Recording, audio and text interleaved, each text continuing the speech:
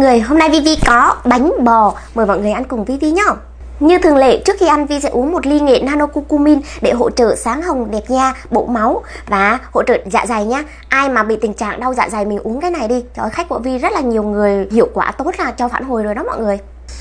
Wow, bánh bò thốt nốt đó mọi người.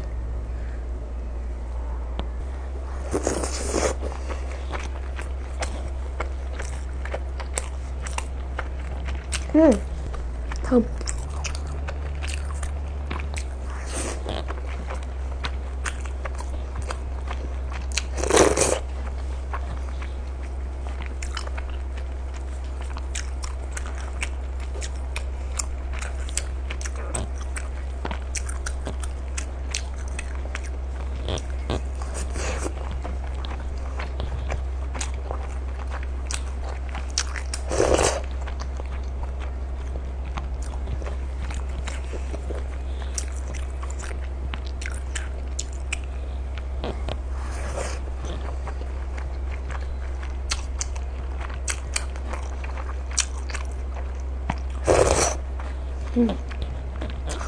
Rất ngon.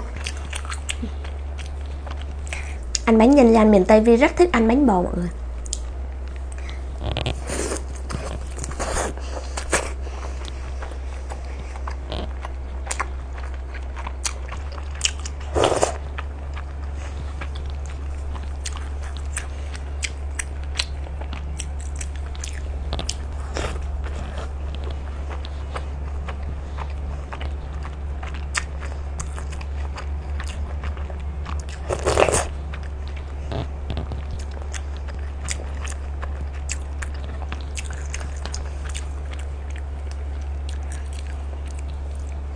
Bánh bò thốt nốt.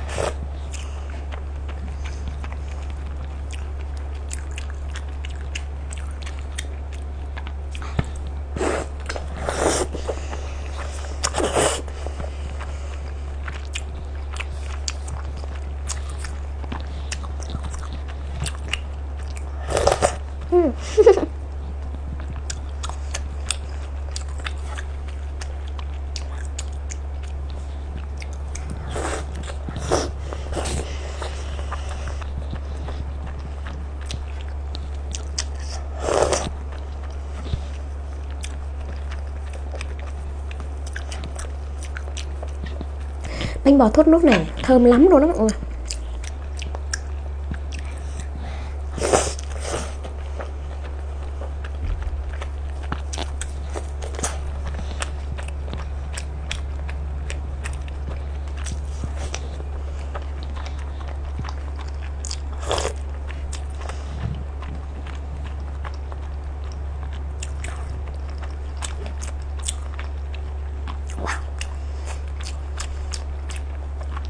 No quá luôn rồi.